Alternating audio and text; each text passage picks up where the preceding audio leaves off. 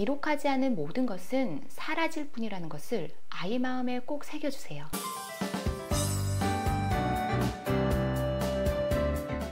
안녕하세요. 어디든 학교의 하유정입니다. 지금부터 매일 글쓰기에 다양한 방법을 안내 드릴 건데요. 제가 다양한 방법을 제시하는 이유는 아이마다 강점이 다르잖아요. 글쓰기에도 마찬가지로 아이마다 강점이 달라요. 유시민 작가는 에세이나 자기계발서로 굉장히 유명하시잖아요. 하지만 소설가 같은 픽션은 잘 써지지도 또 써도 독자들에게 큰 인기를 끌지도 않더라고 말씀하시더라고요. 아이도 강점 있는 분야나 글의 종류가 있을 수 있으니까 다 잘해라고 지금부터 강요하지 마시고요. 좋아하고 잘하는 것부터 시작해보자는 거예요.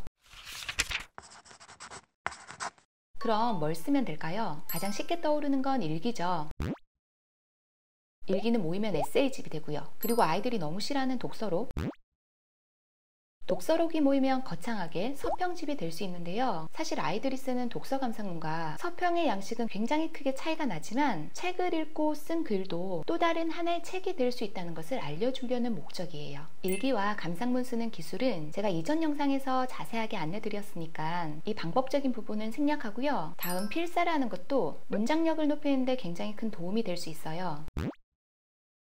책을 읽고 그중 마음에 드는 한두 문장을 메모해 두는 거예요. 그리고 그 문장에 내 생각까지 한 줄 더 한다면 완벽하죠. 하지만 필사에는 주의할 점이 있는데요. 절대 과하면 안 된다는 거예요. 단순 베껴쓰기의 과정이 길 필요는 절대 없어요. 저학년 국어활동 책에는 뒤편에 바른 글씨 쓰기라는 부분이 있거든요. 이 활동을 좋아하는 아이가 그렇게 많지는 않아요. 그래서 간단하게 메모하는 습관, 여기에 초점을 맞추는 거예요. 다음은 카툰 그리기.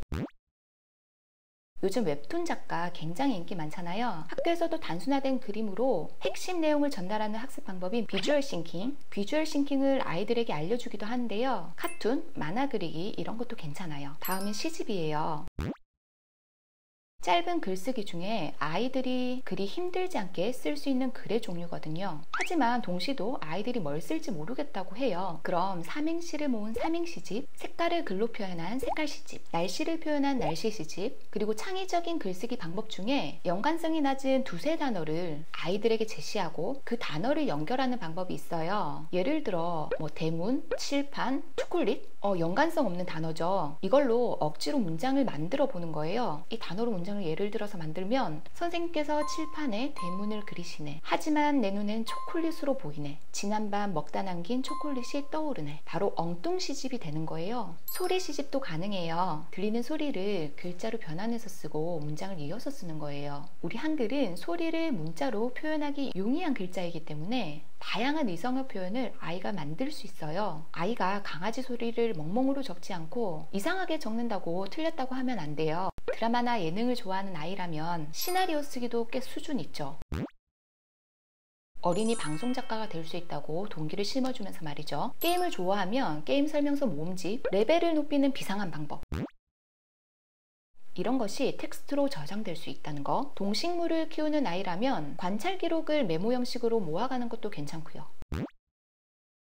또 부지런하신 부모님이시라면 아이가 접해도 될 만한 최신 기사거리를 보여주시고 그 기사를 육하원칙에 맞게 간략하게 요약하고 내 생각 한 줄을 쓰는 것도 좋은 글쓰기예요. 하지만 이 활동은 먼저 가족끼리 그 이슈거리에 대해서 충분히 대화를 해본 뒤에 쓰기 활동을 하는 게 조금 더 효과적일 거예요. K-팝 음악을 듣는 걸 즐겨하는 아이라면 가사 바꿔쓰기를 하며 부캐로 작사가가 되는 거예요.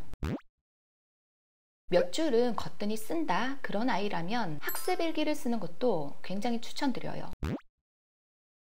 접근이 쉬운 과목은 사회와 과학이에요. 사회는 주제별로 내용이 구체적이고 명확하기 때문이고요. 과학은 귀납적인 방법으로 추론하기 때문에 그 과정과 결과의 인과관계가 굉장히 뚜렷하죠. 과학 학습 일기는 실험 보고서를 작성하는 그 단계로 올라가게 되면 그동안의 일기 쓰기 효과를 그때 느낄 수 있을 거예요. 그리고 학습 일기 중에 수학 일기 굉장히 추천드리는 영역이에요. 개념 학습의 가장 고차원적인 방법이라고 할 수 있어요. 이 개념을 논리적으로 전개해서 그것을 글로 표현하는 방법이죠. 비슷한 유형의 문제를 반복해서 푸는 그 시간에 한 가지 유형의 문제를 정확하게 풀고 그 사고 과정을 정리해 보는 게 훨씬 더 효과적이에요. 마지막으로 강강추드리는 글쓰기는 한 줄 감사일기 쓰기예요.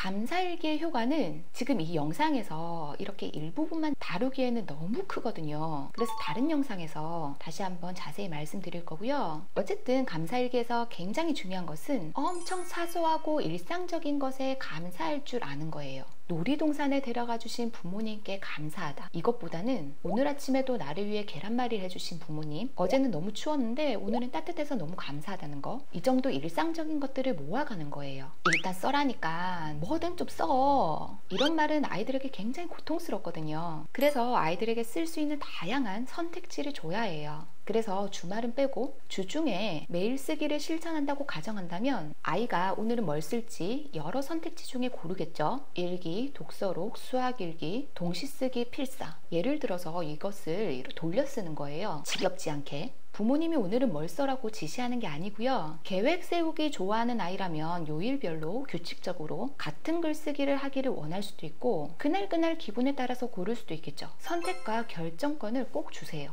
초등학생이 글쓰기를 좋아하고 게다가 잘한다는 것은 굉장히 드문 일이에요. 그러니까 우리 아이가 부족하다고 여기지 마시고 또 금방 지치지 마시고요. 글 수준이 이게 뭐야 라는 속마음에 아이 보는 앞에서 한숨 쉬지 마시고요. 아이가 글쓰기 근력이 키워질 때까지는 조금만 인내심을 가지고 기다려 주시는 거예요. 기록하지 않은 모든 것은 사라질 뿐이라는 것을 아이 마음에 꼭 새겨주세요. 그럼 오늘 영상도 도움이 되었기를 바라고요. 저는 또 다음 영상에서 만나 뵙도록 할게요. 안녕.